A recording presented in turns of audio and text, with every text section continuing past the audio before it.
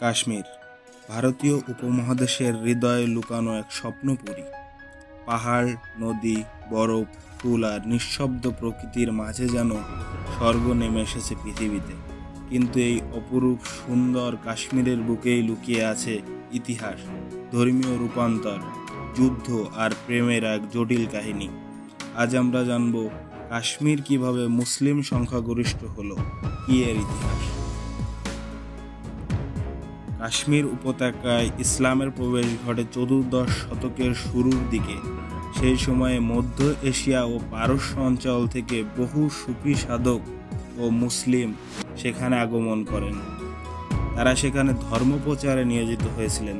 তাদের মধ্যে অন্যতম ছিলেন শেখ শরফুদ্দীন আব্দুর রহমান। তিনি তৎকালীন তুর্কমেনিস্তান থেকে কাশ্মীরে আসেন। পরবর্তীতে 1324 খ্রিস্টাব্দে সুফি আব্দুর রহমান বুলবুল শাহের দাওয়াতে কাশ্মীরের শাসক রেঞ্জু শাহ রিঞ্চেন ইসলাম ধর্ম গ্রহণ করেন। ইসলাম গ্রহণের পর রাজা রিঞ্চেন হয়ে ওঠেন সুলতান সদরুদ্দিন। তার ইসলাম গ্রহণ ছিল একটি ঐতিহাসিক মোড়, কেননা রাজ পরিবার সহ অনেক প্রজাই এরপর ইসলামের ছায়াতলে আসে। বর্ণ প্রথা ও ধর্মীয় বৈষম্যে অতিষ্ঠ বহু সাধারণ মানুষও ইসলামের মানবিক শিক্ষা ও সাম্যের বার্তায় আকৃষ্ট হয়ে ইসলাম ধর্ম গ্রহণ করে। তখন সুলতান সদরুদ্দিন বুলবুল শাহের নামে কাশ্মীরে প্রথম মসজিদ নির্মাণ করেন, যা শ্রীনগরের নাওয়াতকল এলাকায় অবস্থিত। সুফি বুলবুল শাহ কাশ্মীরে ইসলামের যে বীজ রোপণ করেছিলেন, মীর সৈয়দ আলী হামদানি তা পরিণত করেছিলেন এক আধ্যাত্মিক বাগানে। তিনি 1372 খ্রিস্টাব্দে ইরানের হামদান শহর থেকে 7 শতাধিক অনুসারী নিয়ে কাশ্মীরে আসেন। তিনি ছিলেন একজন কোরআনে হাফেজ।